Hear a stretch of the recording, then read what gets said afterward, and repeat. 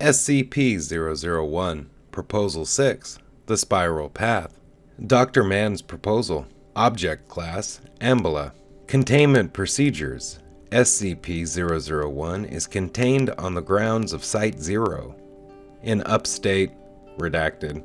A fence has been constructed around the perimeter of SCP-001 observed effects.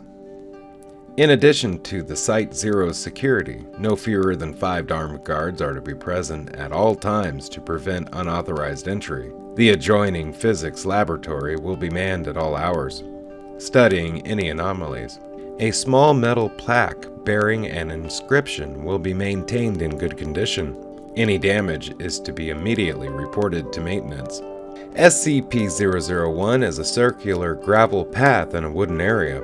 When traveled in a counterclockwise direction, the trail is continuously uphill, even after reaching the original point. When traveled in a clockwise direction, the trail shows the same amount of uphill and downhill travel as expected. Level 5 clearance is required to access SCP-001's experiment log. Document 001-05. If you're reading this, then congratulations, one of us has died. Something killed one of us. A monster perhaps, or a rival from the GOC. Or perhaps we just got a little close to the flame. Like Aaron. Not of old age, of course. We took care of that, didn't we? Anyways, one of the old guards is gone. Maybe Jason. Maybe Angus. Maybe me. Hell, I'd be surprised if I wasn't the next one to die. I always been the most expendable. I'm gonna write this to you as though you were a human being. It will be the last time anyone extends the courtesy, so I hope you appreciate it. Whoever you are, whatever you did before, you must have been high-ranking when you were pulled into this. You must have noticed the discrepancies, the inconsistencies. I don't know. I don't know how much you've been told already, or how much you've pieced together. The crux of this matter is, the retrievals and recoveries of SCP objects are staged or made up the whole cloth.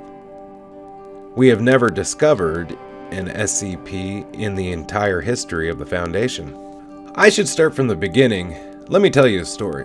Aaron Siegel was a physicist studying at Cornell in 1891. He was truly a gifted individual, and had his life taken a different path, I believe his name would be up there with Einstein, Edison, and Hawking's.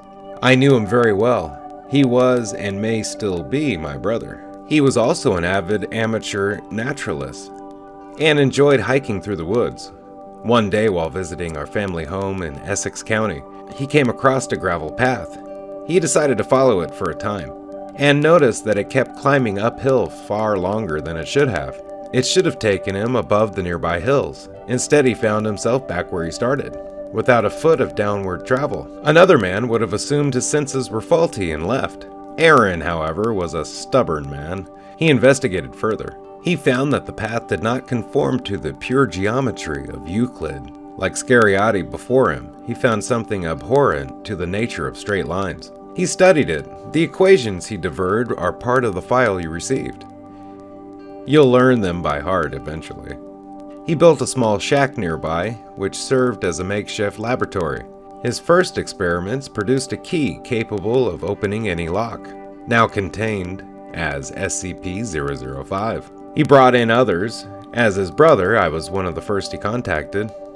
I was a medical student at Harvard at the time. I initially thought he was mad, but when he showed me the path, the key, I had to learn more. There were others with us, other friends and colleagues. Most of them are gone now, but we were the core. We created the Foundation from around ourselves.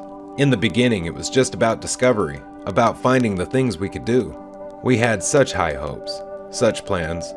We were going to change the world. We were going to save it from itself. We could feed the hungry, shelter the homeless, heal the sick and dying. Thomas Carter found us money. We were none of us poor, but we ran through our fortunes quickly. Thomas used his contacts on Wall Street and in Washington to fund us. He showed them the least of what we could do, and promised heaven against the threat of hell. Agnes Peterson, my brother's fiancée, was the administrator. We knew nothing of how to run an organization. We were a herd of cats running to and fro. She turned us into a foundation, putting us dreamers and madmans to the same yoke. We soon had a facility built, but we were still so secretive. As much as we wanted to shout from the rooftops what we had found, we were frightened, too, that it would be taken away from us. We told ourselves it was just the interim, until we were sure of our footing. We'd show them eventually. We'd show them all. We were careful at first. We made small, inoffensive, or even helpful items. The Fountain of Youth, the bouncing ball, the Civil War statue. We grew more confident, and we started working on humans. The Concrete Man. He volunteered. Or the man with the abdominal planet. Just a drifter. But we made him something special, didn't we? It was all so easy. Perhaps it seemed so absurd to get so many things from one little break in reality. But it all flowed, one direction, to the next. It almost seemed like something was helping us along. But then things started to go a bit wrong. While he was playing with his equations, Aaron accidentally diverted the missing number. In my laboratory, I found I made the zombie plague, but we were too invested in our own project, so we pushed ahead. Then came the pipe nightmare, and the stairwell. We knew we needed more help. Thomas showed what we had done to the military, told them that we'd found these things, discovered them. We made up names like Prometheus Labs and the Chaos Insurgency. They gave us funding, personnel. We built up and expanded onwards. We repeated the cell in other countries. Some listened, some didn't. Enough did. We became an international organization. We brought in more researchers, though very few ever suspected that we were the source of these items they studied. Sometimes we would arrange for an object to be found by a field team. Sometimes we would simply write the reports. We generated the paperwork, and we were the oversight. If we said a thing was, it was. It still is. There were still problems, of course. Jeremy and Thomas took one of our experiments and ran off with it, creating their ridiculous club. One of our 4 researchers grew mad and started worshipping machines, escaping with enough knowledge to be dangerous. We still deal with the fallout of these splinter groups, so we contain them. We handled them. We couldn't stop. Surely you see that. Rather than more cautious, we grew bolder. I cut a little boy up and turned him into the flesh that hates. There were reasons. There are always reasons. 231. We created her and her sisters. We took them from the orphanages and arranged for what followed, and it was no accident. We knew what we were doing, that there was a reason for it once, but I'll be damned if I can remember it now. None of us do, except maybe my brother, wherever, whatever he is now.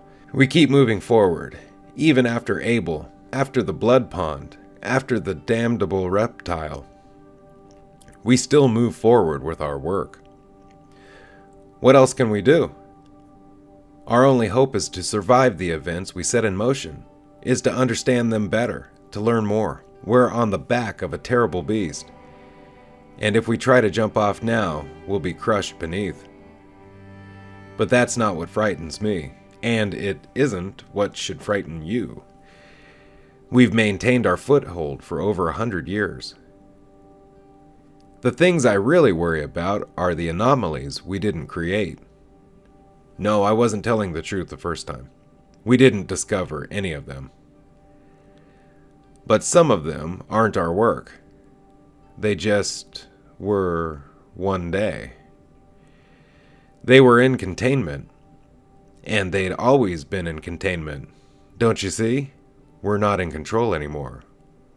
We never were.